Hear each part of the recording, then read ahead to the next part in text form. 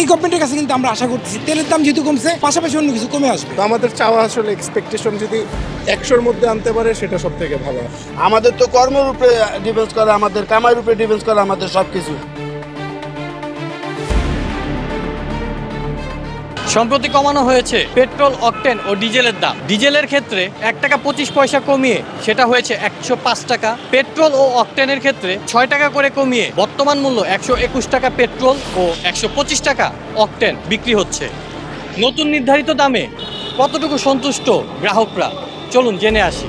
6 টাকা যেটা কমছে এটা সার্বিক অর্থে অনেক বিশাল, অনেক বিশাল। এটার কোনো ইফেক্টিভিটি দেখছি না। যখন আমাদের 1 টাকা অথবা 2 টাকা বাড়ে তখন আমরা যেভাবে ইফেক্টিভ দেখি, তখন এক গভর্নমেন্ট ছিল। কিন্তু এই গভর্নমেন্টের কাছে কিন্তু আমরা আশা করতেছি তেলের দাম যেহেতু কমছে, পাশাপাশি অন্য কিছু কমে আসবে।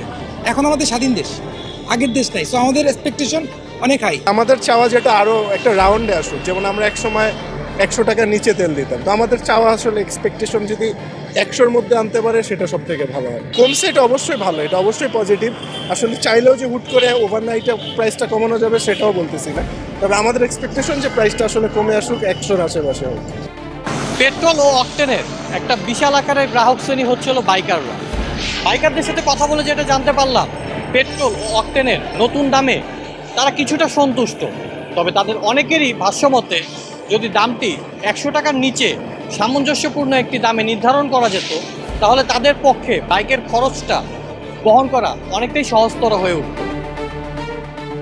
আসলে আমাদের তো তেল ভরে আমাদের কর্মের টাকা ডিফেন্স করে। এখন আমরা এর থেকে যদি আরেকটু কমে আমাদের জন্য অনেক সুবিধা এবং ভালো হয়। সর্বোচ্চ 80 থেকে 85 টাকা হলে আমাদের জন্য সব থেকে ভালো হয়।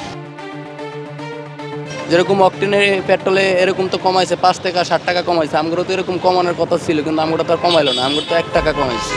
তো 1 টাকা তো আর কি হয়?